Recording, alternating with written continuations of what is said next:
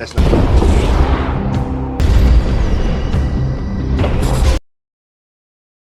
Sebelum memulai video, pastikan kalian menyalakan fitur subtitle atau mengatur bahasa video ke bahasa yang paling kalian mengerti. Halo gengs, gue Firman dan ini Katomuji. Film dimulai dengan memperkenalkan tokoh protagonis kita yang bernama Robert. Robert adalah seorang pria dengan gaya hidup sangat perfeksionis. Sehari-hari, ia bekerja di sebuah toko besar yang menjual perlengkapan rumah tangga dan perkakas. Ia menjalani hidup yang tenang, tinggal sendirian di sebuah apartemen sederhana yang tertata sangat rapi. Setiap malam, Robert memiliki rutinitas mendatangi sebuah kedai kopi bernuansa Rusia hanya untuk membaca buku. Uniknya, ia selalu membawa kantong teh sendiri dari rumah. Di tempat kerjanya, Robert dikenal sebagai sosok yang hangat dan sangat peduli pada rekan-rekannya. Salah satunya adalah pria bernama Raffi.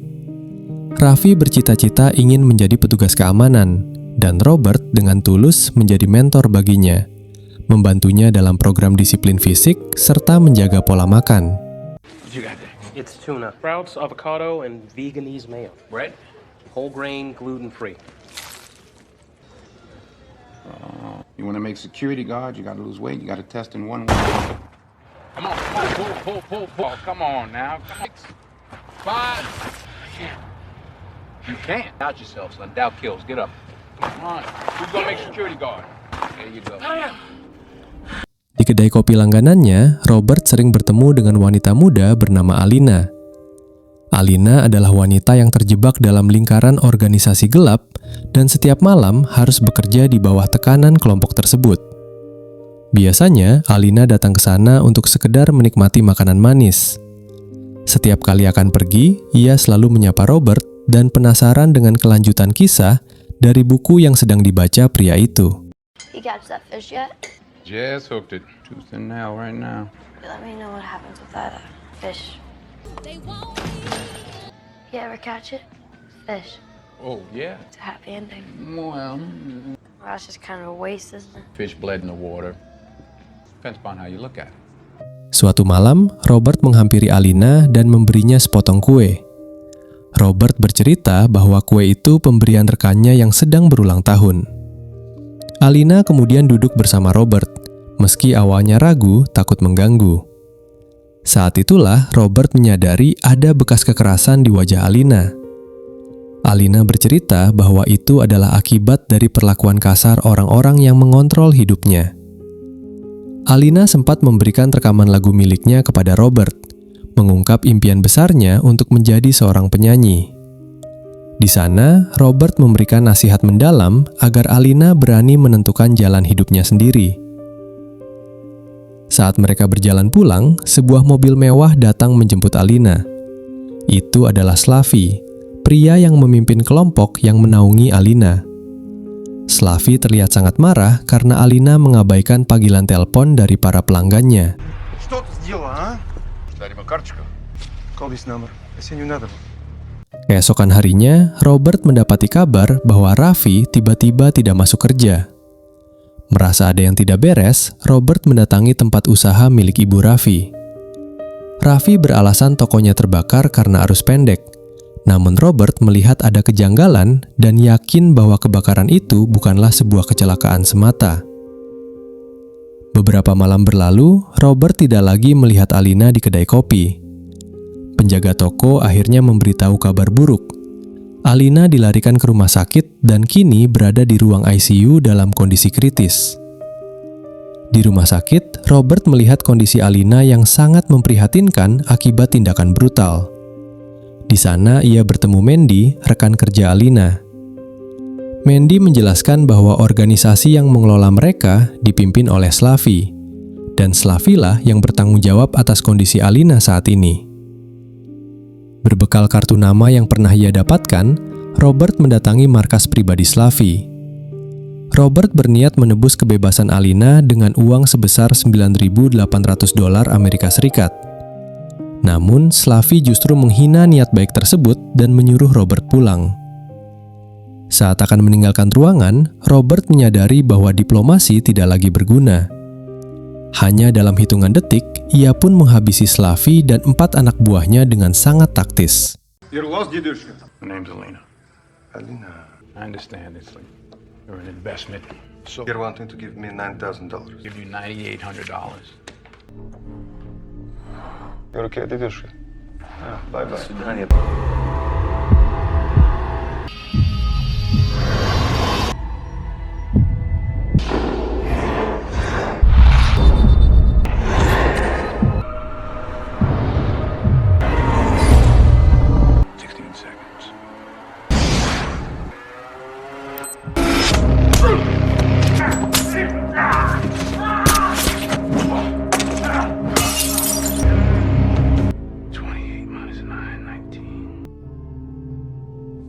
About 30 seconds. Body's gonna shut down. You should have taken the money. Adegan berpindah ke lokasi usaha milik Ibu Raffi. Terungkap bahwa penyebab kebakaran toko itu adalah ulah 2 oknum kepolisian yang menyalahgunakan kekuasaan untuk memeras Ibu Raffi secara paksa. Di area parkir, Robert mencegat kedua oknum tersebut.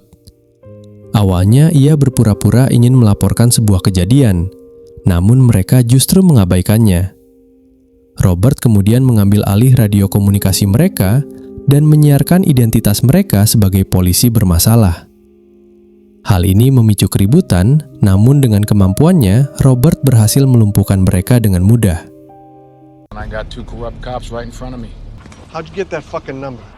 You pay like everybody else. What the fuck do you want, huh? You're supposed to stand for something. Justice, protect and serve, uphold the law. Setelah membereskan kedua oknum tersebut, Robert memaksa mereka mengembalikan semua uang hasil perasan kepada Ibu Raffi dan mengancam agar mereka tidak pernah kembali lagi. Di sisi lain, kita diperkenalkan dengan tokoh antagonis bernama Teddy.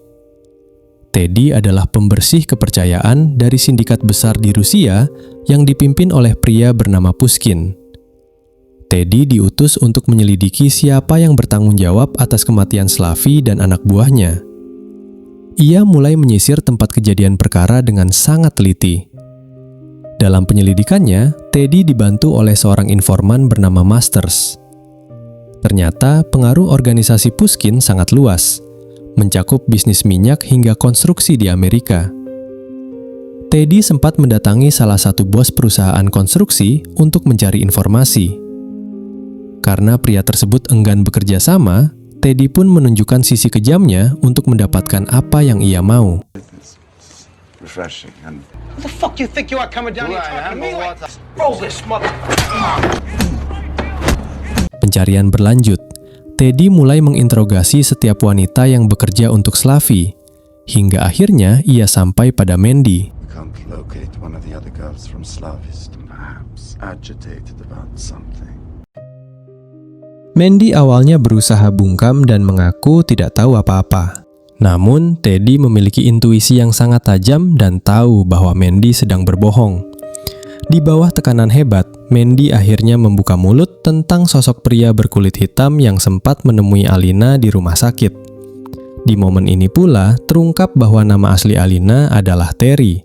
Sebagai sosok yang tak kenal ampun, setelah mendapatkan informasi tersebut, Teddy tetap melakukan tindakan keji kepada Mandy untuk menghilangkan jejak. Nice man, a black man. Please.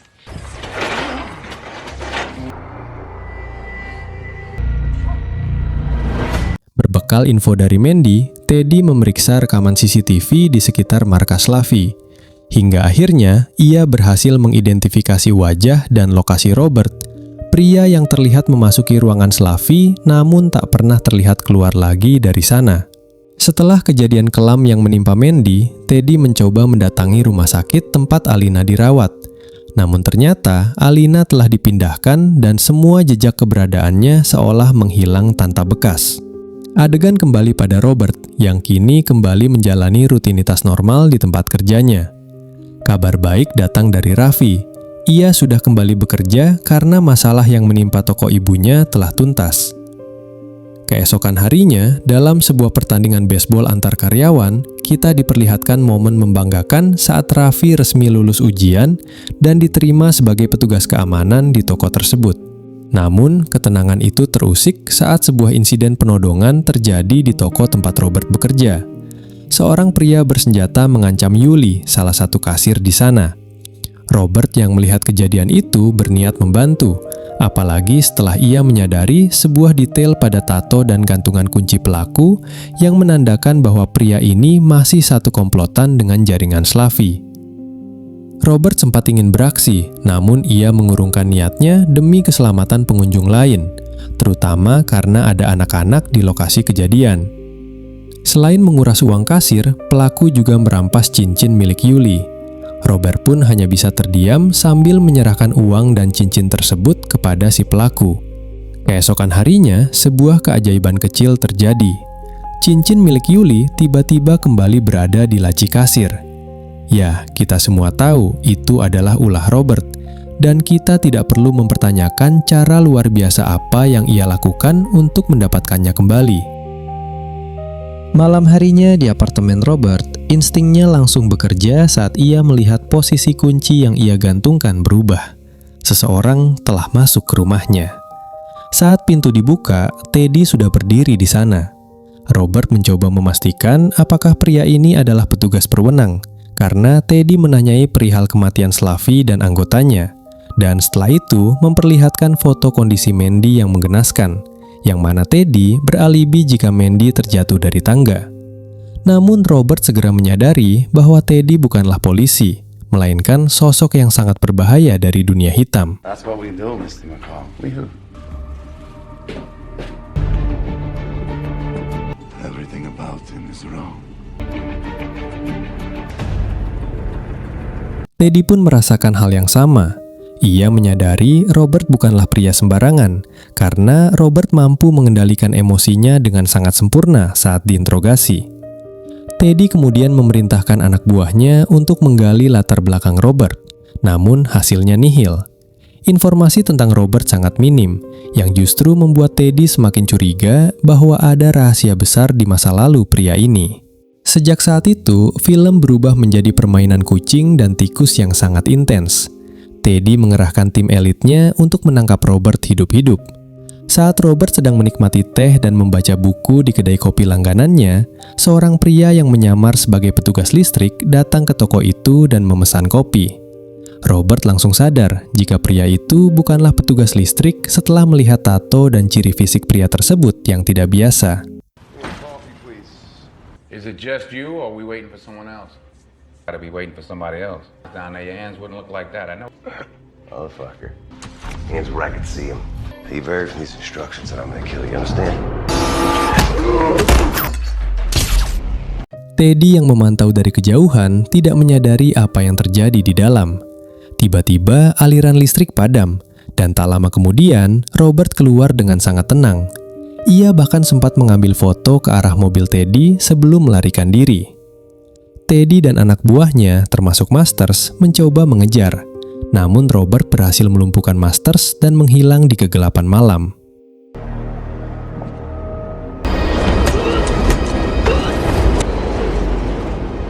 Aksi kedua yang Teddy lakukan adalah mengepung kediaman Robert.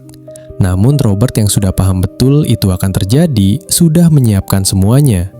Dari semua kamera tersembunyi di dalam rumahnya, tiket penerbangan ke Meksiko yang sengaja ditinggalkan di dalam rumah itu, dan hal-hal kecil yang dilakukan oleh seseorang yang akan berniat kabur. Lalu Robert melihat dan merekam itu semua dari tempat lain. Anggota Teddy mengira Robert telah kabur, namun Teddy bilang itu tidak mungkin terjadi, dan mungkin saja Robert sedang mengawasi mereka sekarang. Raymond, stop fucking around. Check the computer. I've got an empty script for Meclizine. He's on the run. Let's get someone down the airport. Ticket to Mexico 2 days ago. He's watching us. Robert kemudian menemui rekan lamanya yang bernama Susan. Dari percakapan mereka, akhirnya terungkap jati diri Robert yang sebenarnya. Ia bukanlah orang biasa, melainkan mantan agen elit pemerintah yang sangat terlatih.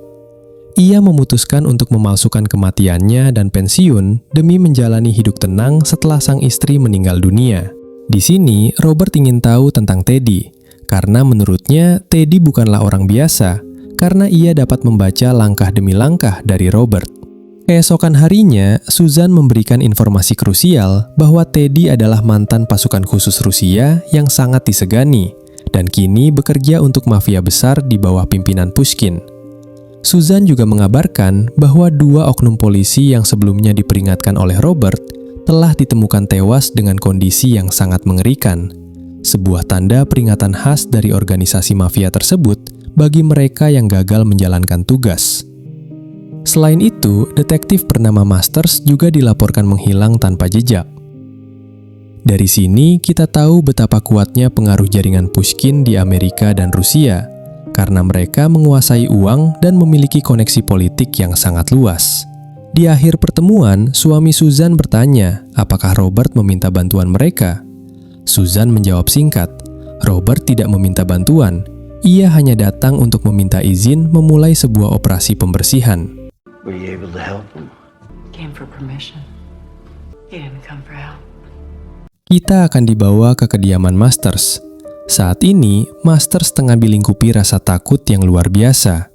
Ia merasa terpojok, baik oleh Robert yang sudah mengetahui identitas aslinya, maupun oleh Teddy karena kegagalan operasi mereka sebelumnya. Tiba-tiba, suara alarm mobil Masters berbunyi nyaring, memaksanya untuk keluar dan memeriksa bagasi mobilnya dengan waspada. What the fuck?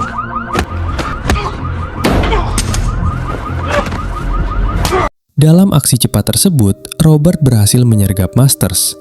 Robert menjebak dan menahannya di dalam mobil untuk melakukan interogasi mendalam. Di bawah tekanan Robert yang sangat tenang namun mengintimidasi, Masters akhirnya menyerah. Ia dipaksa memberikan informasi penting mengenai simpanan rahasia milik organisasi Pushkin. Singkat cerita, Masters terpaksa bekerja sama dengan Robert untuk mendatangi gudang penyimpanan uang ilegal milik Pushkin. Robert melakukan penyamaran cerdik dengan berpura-pura menjadi anggota baru di bawah naungan Masters. Namun setibanya di sana, Robert langsung beraksi.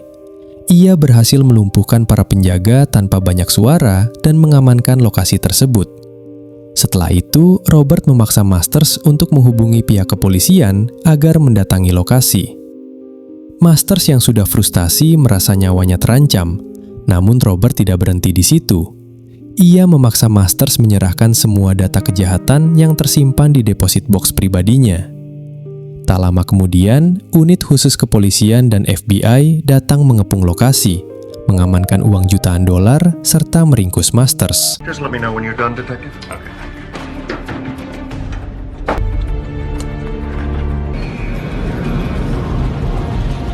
Robert yang kini memegang bukti kuat dari file milik Masters segera menghubungi seorang agen FBI terpercaya yang dulu pernah bekerja sama dengannya.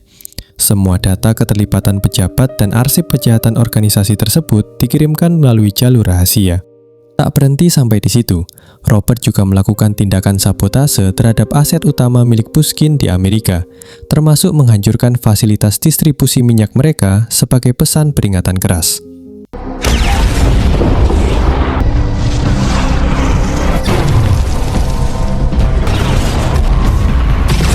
Teddy kini berada di bawah tekanan besar dari atasannya, Pushkin.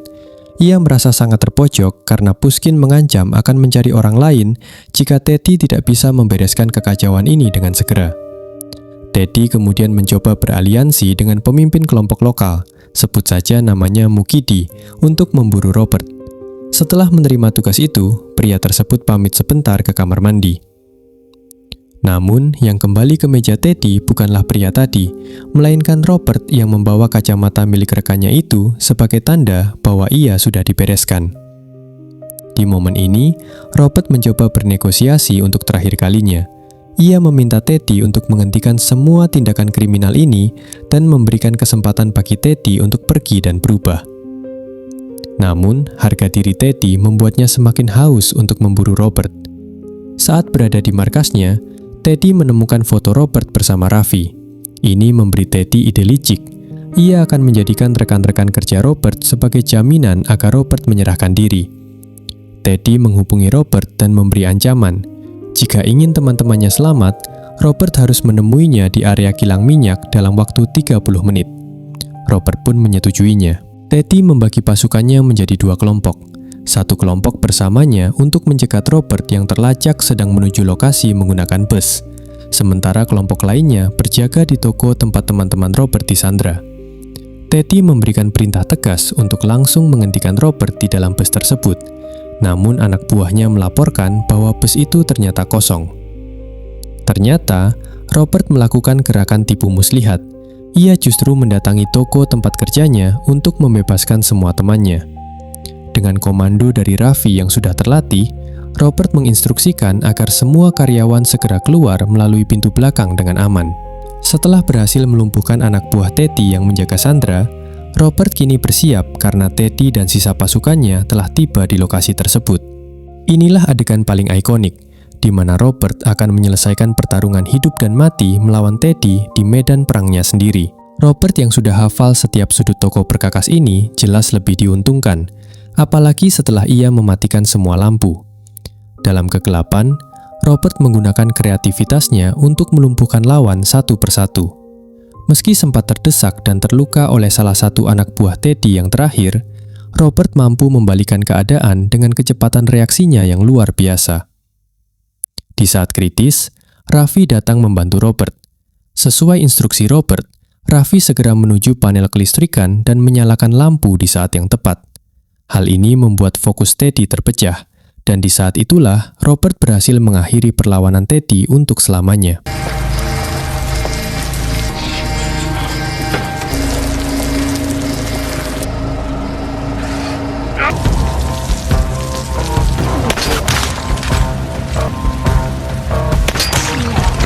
Lalu setelah itu, Robert mendatangi Moskow di tempat keberadaan Pushkin untuk mengakhiri semua ini.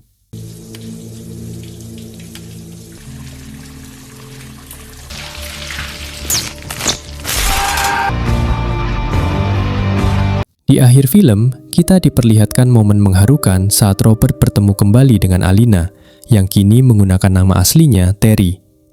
Terry telah pulih sepenuhnya. Ia bercerita bahwa ada seseorang misterius yang meninggalkan uang sebesar $10.000 untuknya saat ia masih koma di rumah sakit. Terry mengucapkan terima kasih yang mendalam kepada Robert. Berkat bantuan pria itu, sekarang ia bisa menjalani hidup baru sebagai pribadi yang lebih baik dan memiliki pekerjaan yang jujur. Film pun berakhir dengan tenang. Oke gengs, segitu aja alur cerita film kali ini yang berjudul The Equalizer yang rilis tahun 2014 silam. Film ini punya rating 7,3/10 di IMDb. Tapi kalau menurut gue pribadi, film ini layak dapat skor 8,4. Hal yang bikin film ini menarik adalah alurnya yang dikemas sangat ringan. Kita bisa menikmati setiap adegannya tanpa harus pusing mikir, ini siapa atau ini kenapa. Plotnya maju, ikonik, dan tertata rapi. Seolah film ini bilang ke kita, udah duduk manis aja, nikmati aksinya, gak usah banyak mikir. Kalau soal kekurangan, gue gak bisa banyak komentar karena ini balik lagi ke selera masing-masing. Tapi kalau boleh jujur, ada sedikit ganjalan buat gue. Pertama, ada beberapa adegan yang rasanya langsung lompat ke intinya aja. Contohnya gimana cara Robert dapat cincin Yuli kembali, atau dari mana dia tahu alamat persembunyian Teddy setelah ketemu Mukidi. Semuanya terasa seperti magic. Lalu ada beberapa aksi di area yang pencahayaannya minim banget alias low light. Buat kita-kita yang matanya minus, jujur agak perjuangan ya buat ngelihat detail gerakannya. Tapi secara overall, film ini cakep banget dan sangat direkomendasikan. Oh iya, buat komentar di video review film sebelumnya, maaf banget ya nggak ada yang bisa gue bahas. Isinya banyak komentar spam yang nggak jelas semua, bikin pusing liatnya. Apa gue hapus aja ya? Ada sekitar 63 komentar spam di sana. Tapi ya sudahlah, sementara biarin dulu buat nambah interaksi channel ini biar makin naik. Gue Firman, sampai jumpa di video selanjutnya. Bye-bye.